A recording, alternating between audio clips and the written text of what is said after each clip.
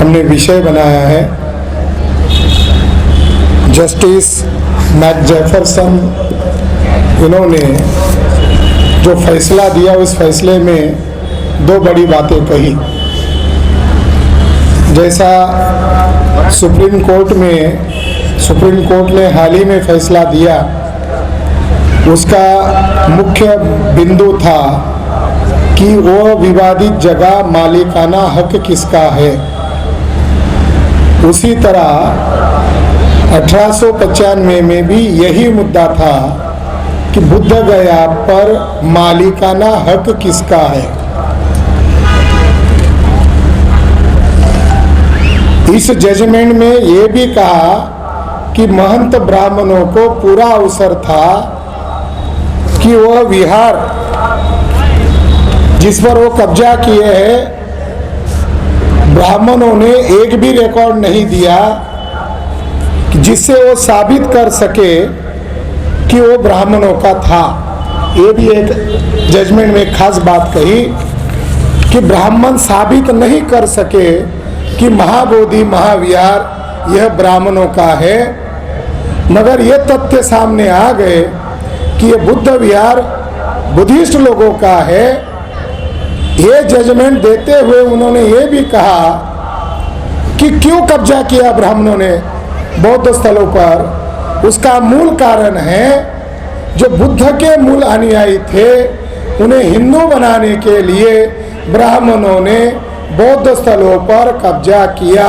इसमें इंक्लूडिंग महाबोधि महाविहार है। इस जजमेंट के दरमियान और एक बात सामने आ गई, वो ये बात कि उड़ीसा का जो जगन्नाथपुरी है, इस पर जैसा ब्राह्मणों ने कब्जा किया वैसा ये यहाँ पर करना चाहते हैं और उस पर कब्जा ही नहीं किया। वहाँ पर बुद्ध धम्म संघ के त्रिरत्न के वह प्रतीक थे जो मौर्य अशोका ने रथ यात्रा के नाम पर शुरू किया था। रथ यात्रा जगन्नाथपुरी में ही नहीं होती, कर्नाटका में भी होती है, खासकर कि केरला में भी होती है। तो इस जजमेंट के माध्यम से कई सारे बातें सामने आ गई कि सारे बौद्ध स्थलों पर ब्राह्मणों ने कब्जा किया है। अभी जो सुप्रीम कोर्ट का जजमेंट है और ये 1895 का जजमेंट है, इसमें जमीन आसमान का अंतर है। उन्होंने फैक्ट को, आर्कोलॉजिकल एविडेंस को क्रॉस चेकिंग करके सारा तथ्य सामने लाया और सुप्रीम कोर्ट ने जो आर्कोलॉजिकल आधार पर बुद्धिस्ट प्लेस है, 4 बड़े बुद्ध स्तूप है, सम्राट अशोक का एक अशोक स्तंभ है जो आर्कोलॉजिकल आधार पर वहाँ पड़ा हुआ है। अयोध्या के जगह पर ब्राह्मणों ने नागेश्वर नाथ मंदिर कहकर अशोक के स्तंभ को शिवलिंग में परिवर्तित कर दिया है। आज भी है। आज बुद्ध गया में क्या स्थिति है? ये जो बुद्ध गया ब्राह्मणों के कब्जे में गई, इसका मूल कारण है कांग्रेस।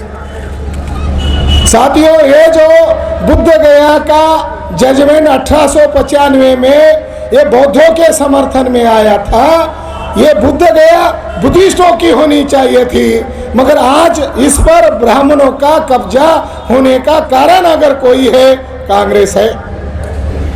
एक डेलीगेशन गांधी को मिलने गया जब कांग्रेस का राष्ट्रीय अधिवेशन गया में चल रहा था।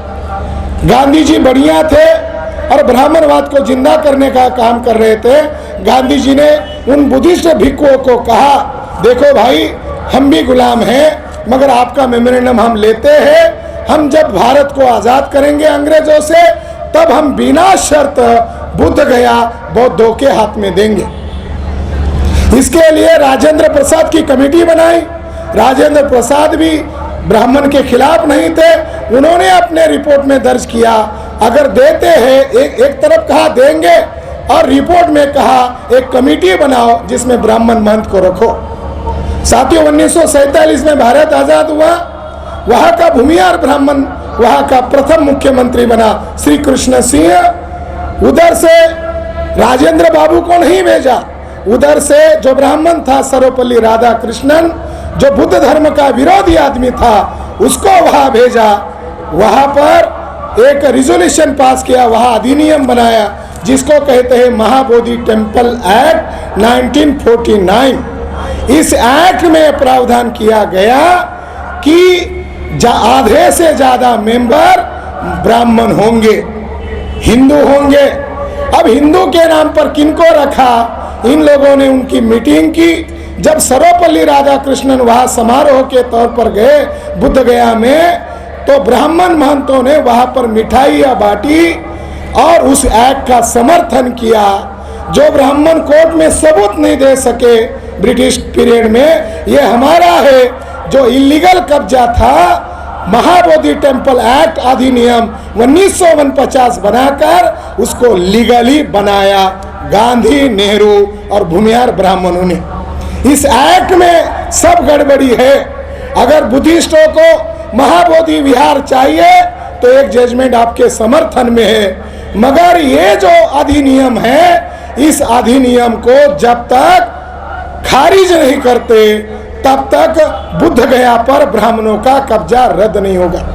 इसके लिए जागरण करना होगा, इसके लिए संगठन बनाना होगा, इसके लिए लोगों को बताना होगा।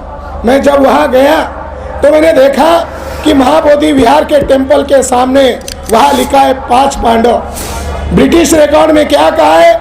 ब्राह्मण इसको 5 पांडव कहते हैं। यहाँ पर ओरिजिनल 5 बुद्ध की प्रतिमाएं जिन्हें बोधिसत्व कहते हैं वहाँ पर है। इन्होंने 5 पांडव का ऊपर लिखा सनातन धर्म और उसके नीचे लिखा महंत गिरी का समाधि स्थल।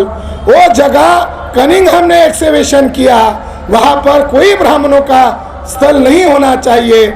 जो मेन टेम्पल है उसके लेफ्ट हैंड में जमीन के नीचे जिन ब्राह्मणों ने इलीगल कब्जा किया उसकी डेड बॉडी दफन की है। एक महंत ब्राह्मण को मैं मिला, उसको कहा ये क्या हो रहा है, तो उसको थोड़ा चंदा दिया तो उसने खुशी से मुझे कहा तुम शायद हिंदू लग रहे हो, हमें खुशी होनी चाहिए जब बौद्ध आते हैं बुद्ध को नमन करने के पहले हमारे महंत को प्रणाम करते हैं।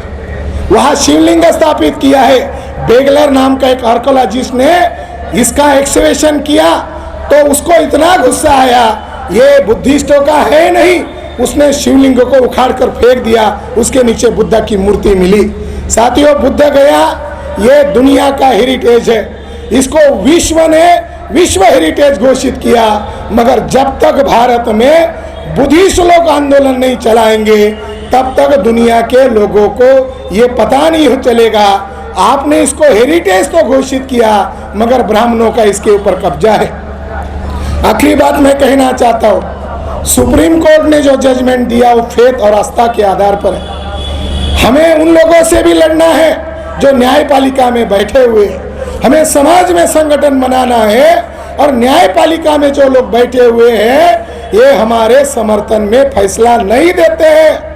ये जो राजीव गांधी ने ताला खुलवाया था, एक छोटा उदाहरण देकर मैं मेरी बात को खत्म करता हूँ। जब राजीव गांधी को लगा कि आरएसएस बीजेपी के लोग जल्दी करके मंदिर बनाने वाले हैं तो उसको लगा इसका क्रेडिट मेरे नाना ने वहाँ मूर्ति रखी थी तो इसका क्रेडिट मुझे मिलना चाहिए। उधर से दिल्ली से मैसेज गया फैजाबाद जिले के जज को, जज का नाम मिस्टर पांडे को कहा आज दोपहर तक हमें चुनाव का प्रचार करना है और हमें वहां आकर शिलान्यास करवाना है, इसके लिए ताला खुलवाने का ऑर्डर दो। 1949 से विवाद शुरू है कोर्ट में और एक दिन में बाजी पलट गई और जज पांडे साहब ने ताला खुलवाने का ऑर्डर दिया। उन्होंने अपनी ये बात अपनी बायोग्राफी में भी लिखी है। ये जज साहब पांडे ने क्या लिखा?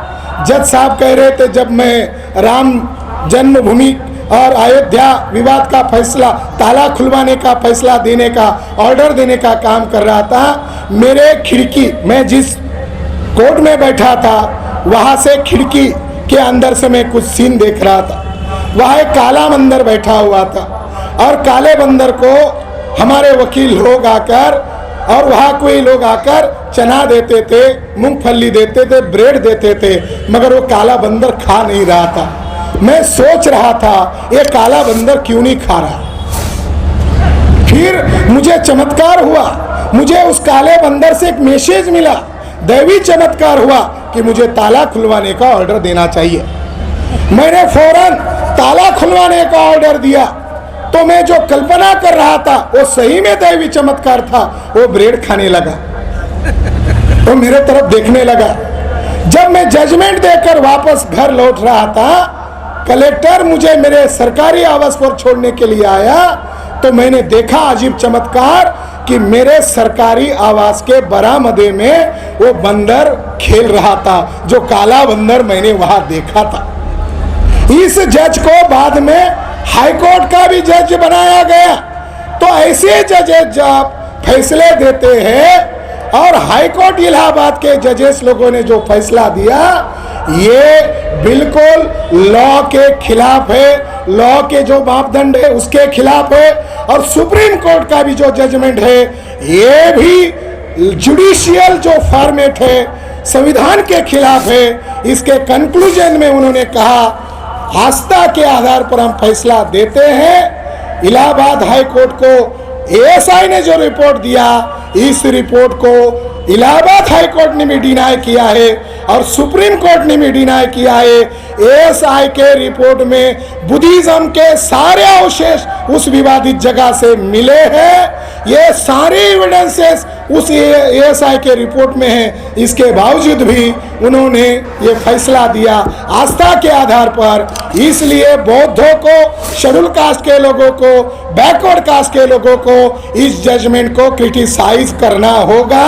कल जाकर ये ब्राह्मण कहेंगे वर्ण व्यवस्था हमारे आस्था का विषय है, जाति व्यवस्था हमारे आस्था का विषय है, आदिवासियों को नंगा करके उन्हें नक्सलाइट करके मारना हमारे आस्था का विषय है, महिलाओं के ऊपर रेप करना और गैंग रेप करना ये हमारे आस्था का विषय है। साथियों, ये ब्राह्मण राज को स्थापित करने वाला जजमेंट है। इसने बुद्धिज्म के केवल 2.77 एकड़ एरिया में ही बुद्धिस्ट अवशेष नहीं है, 67 प्लस 2.77 एरिया में बुद्धिस्ट अवशेष है।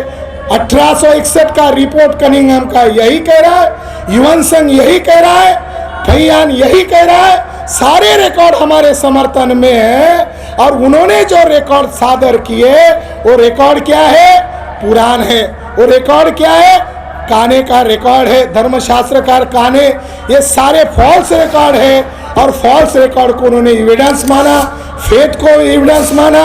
ये कभी संभव नहीं है। हमें बुद्ध गया भी मुक्त करना है और साकेत भी मुक्त करना है। बहुत बहुत धन्यवाद।